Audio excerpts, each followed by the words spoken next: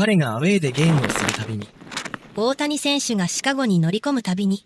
ホワイトソックスの本拠地で異変が起きています。スタンドはドジャーブルーに染まり、バックスクリーンには日本語の企業広告が並ぶ。日本からの観光客が敵地へ押し寄せ、村上選手が在籍するはずのシカゴまでもがジャパンマネーに湧いています。なぜ敵地がここまで変わるのか、そしてなぜホワイトソックスにまでその波が届いているのか、その驚きの実態に迫ります。敵地が染まるドジャーブルーの波。アメリカ中西部の風が吹き抜けるギャランティードレートフィールドは、ホワイトソックスが本拠地とする球場です。ホームチームのカラーはブラックとシルバー。シカゴの街に根付いた骨太な野球文化を体現するその空間が、ある日を境に全く違う顔を見せるようになりました。青い。どこもかしこも青いのです。ドジャースがシカゴに乗り込む日、ギャランティードレートフィールドのスタンドはドジャーブルーに染まります。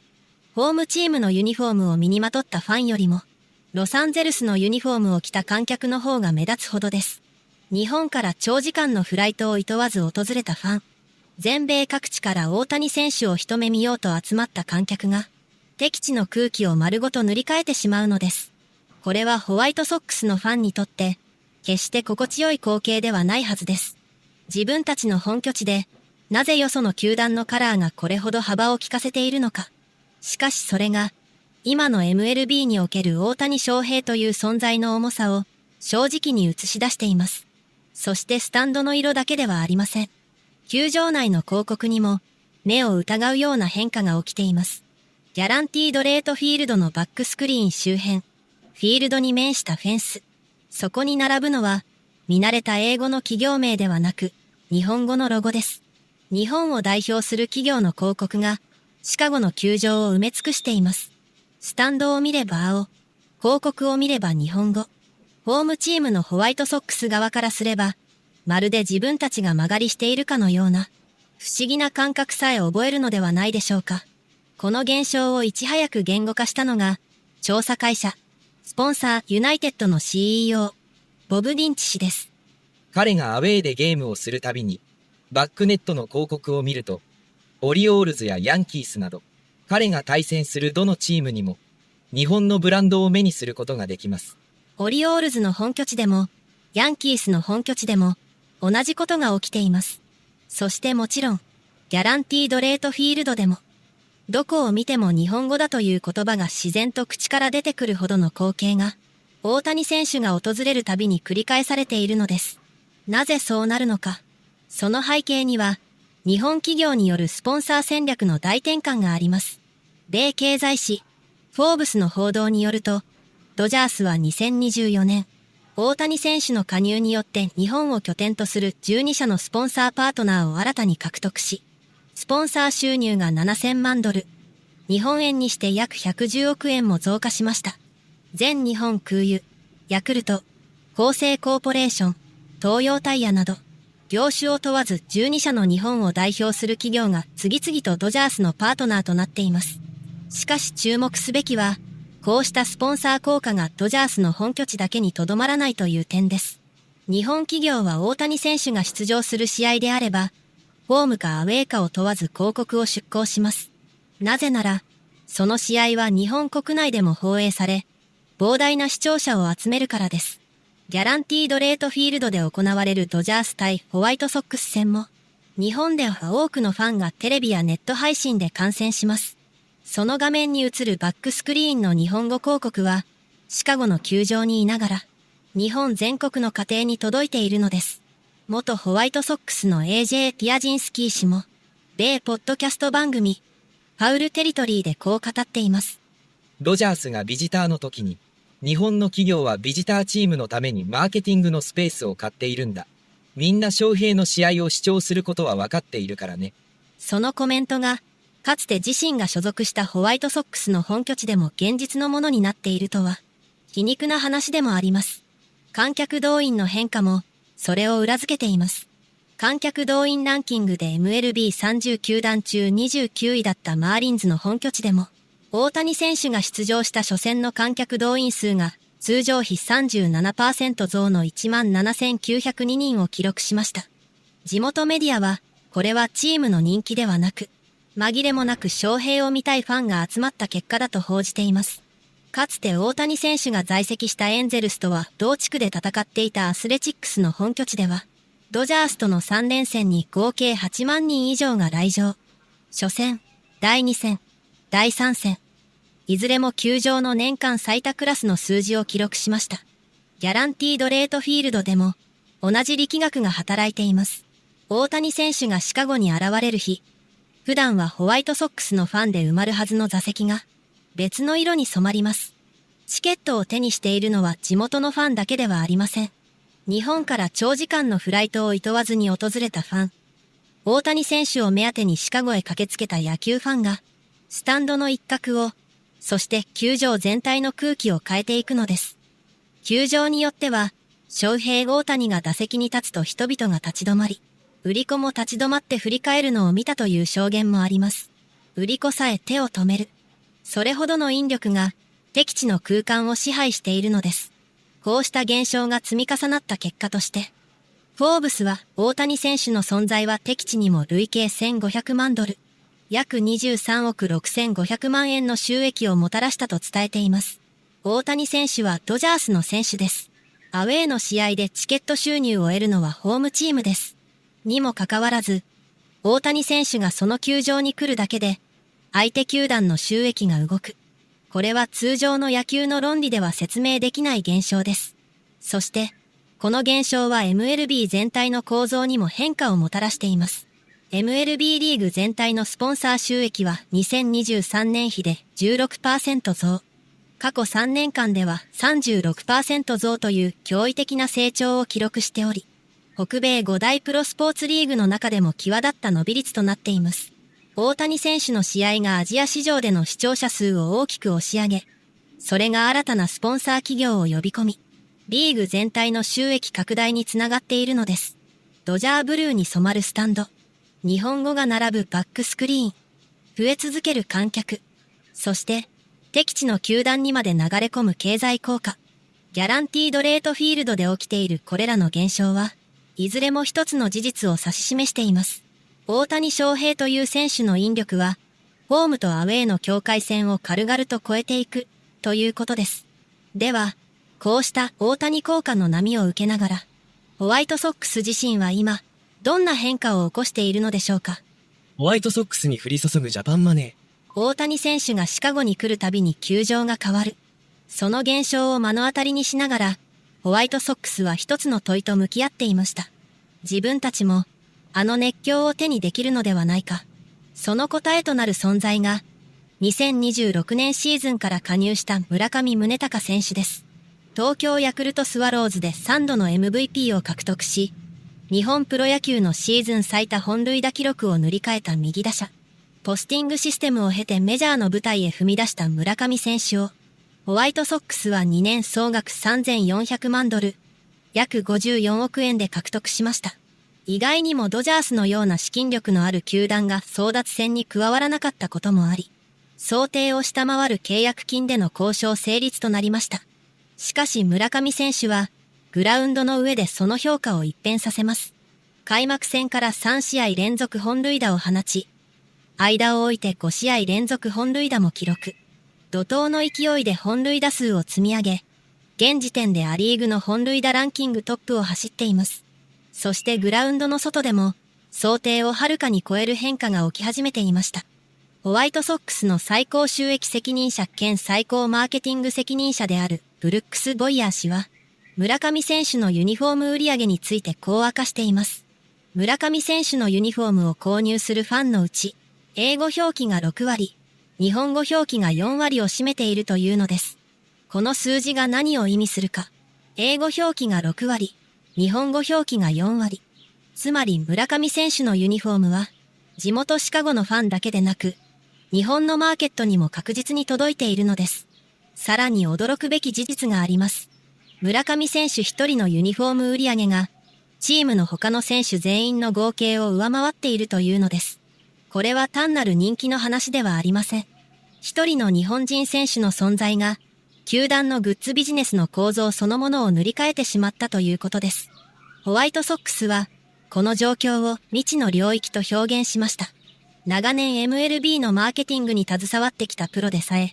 前例のない現象として受け止めているのです。未知の領域という言葉には、驚きと同時に期待も感じ取れます。これがどこまで拡大するのか、まだ誰にも見当がつかない。それほどの可能性が、村上選手という存在に宿っているということでもあります。ホワイトソックスが日本市場を重視している姿勢は、グッズ販売だけにとどまりません。注目されているのが、6月12日から14日に予定されているドジャースとの3連戦です。大谷選手を擁するドジャースがシカゴに乗り込んでくるこのカード。ホワイトソックスはこの試合に合わせて日本人観光客向けの観戦ツアーを企画していると伝えられています。日本から専用パッケージで観客を呼び込み、球場体験をセットにした形で販売する取り組みは、日本市場への本格的なアプローチとして注目されています。大谷選手と村上選手が同じフィールドに立つこの3連戦は、日本のファンにとって特別な意味を持つと言えるでしょう。2人の日本人スターが敵として相まみえる場面は、日本国内でも大きな注目を集めることが予想されます。そのタイミングに合わせて日本からの観戦客を取り込もうというホワイトソックスの狙いは、理にかなったものです。実際、村上選手の加入以降、ギャランティードレートフィールドには日本からの観客が増えています。かつてはシカゴへの野球観戦ツアーといえば、カブスのリグリーフィールドが中心でした。しかし今、村上選手を目当てにホワイトソックスの球場を訪れる日本人旅行者が生まれ始めています。この流れが定着すれば、球場の観客層そのものが変わっていく可能性があります。ただし、ボイヤー氏は冷静にも現実の壁を認めています。より大きなハードルとなっているのは、ロサンゼルスで投じられている資金の規模だ。日本のテレビでどれだけ放映されるかが非常に重要だが、日本の全国ネットはドジャース中心になっている。まさにドジャースは国民的チームのような存在になっているのだ。この言葉は、ホワイトソックスが置かれた状況を正直に示しています。村上選手がどれだけ本塁打を量産しても、日本のテレビで放映される試合数や注目度において、ドジャースとの差は依然として大きい。大谷選手を中心に構築されたドジャースの日本ネットワークは、一朝一夕で追いつけるものではありません。米メディア、ドジャースウェイも、ロサンゼルスエンゼルスでさえ、大谷の日本での人気をドジャースほどには活用できなかったと指摘しています。大谷選手と長年共に戦ったエンゼルスでさえ、その恩恵を十分に受け取れなかったという現実は、日本市場の攻略がいかに難しいかを物語っています。それでも、ホワイトソックスが動き始めたことに意義があります。日本人選手の獲得を起点に、グッズ販売、スポンサー営業、観戦ツアーと、日本市場へのアプローチを多角的に展開しようとしています。その姿勢は、大谷効果が証明したビジネスモデルを自分たちなりに再現しようとする真剣な取り組みです。その事実は、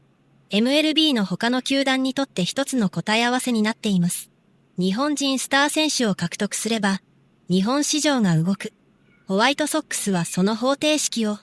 村上選手と共に実証しようとしているのです。グラウンドで本塁打を積み重ねる村上選手。その活躍が続けば続くほど、球場の外で動くお金も大きくなっていきます。ユニフォームの売り上げ、日本からの観戦客、スポンサー企業の関心、そして球団全体の収益。そのすべてが、一人の選手のバットから生まれているのです。では、そのバットを手にした村上選手と、日本最大のスター、大谷選手の間には、どんな関係があるのでしょうか。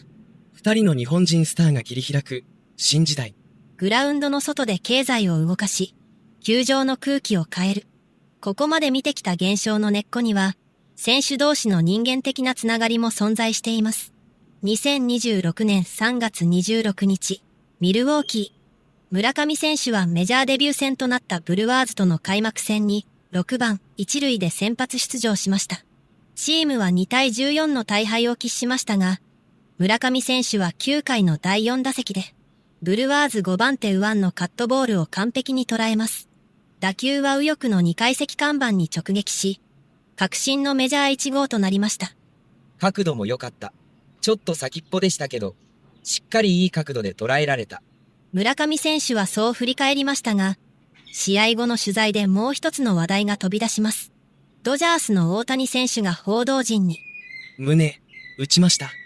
と逆質問していたと伝えられると、村上選手は、マジですか？と驚いた表情を見せました。そしてこう続けたのです。翔平さん、ちょっと髪の毛テクノカットしてて、僕らちょっといじってて、僕がちょっと打てなかったら、テクノカットしますって宣言して、あ、お前テクノ行きだなって言われたので、回避しましたと伝えてください。敵チームの選手であるにもかかわらず、大谷選手は村上選手の打席を気にかけていた。そして村上選手は、グループチャットで交わした約束をしっかりと果たしていた。この一幕は、二人の間にある温かい関係性を自然な形で示していました。WBC で日本代表として肩を並べ、共に世界一を経験した二人です。2023年の WBC 決勝。あの劇的な幕切れを覚えているでしょうか。大谷選手が最後のマウンドに上がり、村上選手がクリーンアップを担った日本代表は、アメリカを下して世界一に輝きました。あの瞬間を共に戦った仲間が、今度は別々のユニフォームを着てメジャーのグラウンドに立っています。大谷選手が先輩として、村上選手が後輩として、その関係はメジャーの舞台でも続いています。ユニフォームの色は違っても、日本野球が育てた二人のスターとしての絆は、試合を超えたところで生きているのです。しかし今、二人はアリーグとナリーグという異なるリーグで、それぞれ違う役割を担っています。大谷選手はドジャースで二刀流フル稼働のシーズンを送りながら、すでに MLB のビジネス構造そのものを変えました。敵地球団の収益を動かし、日本企業のスポンサー獲得を加速させ、アジア市場への MLB の扉を大きく開いた。その影響はドジャースの内側にとどまらず、対戦相手の球団収益にまで及んでいます。村上選手はその道を追いかける立場にあります。本塁打ランキングのトップを走りながら、ホワイトソックスという長らく苦しいシーズンが続いていた球団に日本市場への接続点を与えています。ボイヤー氏をして未知の領域と言わしめた現象はまだ始まったばかりです。村上選手はその方程式を別の球団で、別の都市でもう一度証明しようとしています。シカゴというかつて日本市場とほとんど縁がなかった街で、6月12日からの3連戦、ギャランティードレートフィールドに大谷選手がやってきます。スタンドはドジャーブルーに染まり、バックスクリーンには日本語の広告が並ぶでしょう。しかしその球場のグラウンドには村上選手もいます。日本から観戦ツアーで訪れたファンたちは、二人の日本人スターが同じフィールドに立つ光景を目に焼き付けることになります。かつて一つのチームで世界一を目指した二人が、今度は敵として相まみえる。試合が持つ意味は、野球の勝敗だけにとどまりません。大谷選手が切り開いた道の上を、村上選手が歩いているという事実を、MLB というリーグ全体が注目しているのです。大谷選手が敵地まで動かし、村上選手が新たな市場を切り開こうとしている今、この流れはどこまで広がっていくのでしょうか。数年後の MLB は、日本人選手なしでは語れないリーグになっているのでしょうか。それとも、大谷選手という唯一無二の存在だからこそ起きた、一度限りの現象として歴史に刻まれるのでしょうか。今回のテーマについてぜひコメント欄で意見を聞かせてください。グッド評価とチャンネル登録もよろしくお願いします。最後までご視聴いただきありがとうございました。次回の動画もお楽しみに。